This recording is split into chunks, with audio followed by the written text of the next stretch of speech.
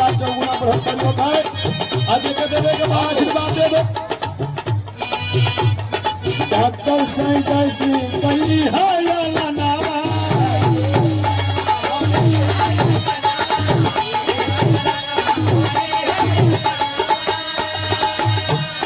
जगायती पिछड़ा जगा चौहाना,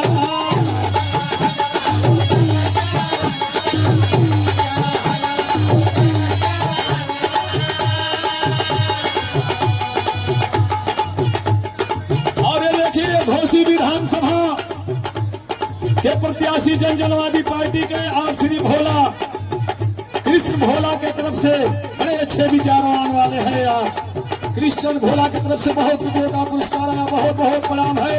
कहना है का जगायती पिछड़ा जगा चौहाना,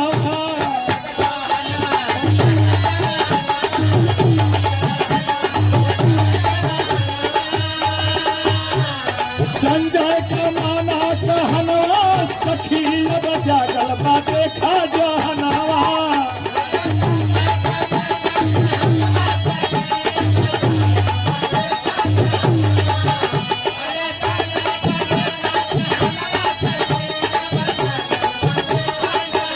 और बहुत रुपयों का पुरस्कार ग्राम सभा के मालिक लोकप्रिय प्रधान करण चौहान जी के सिंगरा की तरफ से बहुत रुपयों का पुरस्कार आया। बहुत बहुत प्रणाम है। प्रधान जी को कहना है क्या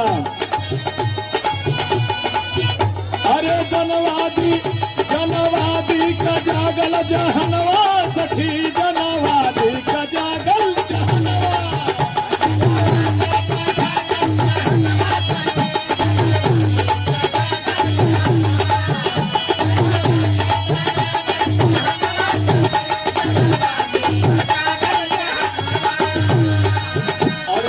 का पुरस्कार बड़का भैया नारायण चौहान हुरमुत हाट की तरफ से मिला।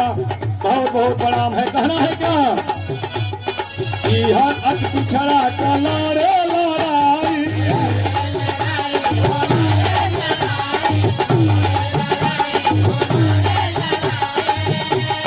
जगा चौहान भाई करो पढ़ाई,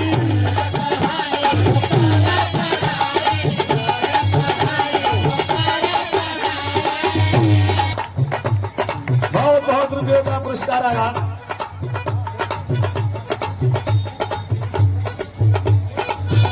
27 में 20 तोहार हुए अधिकार।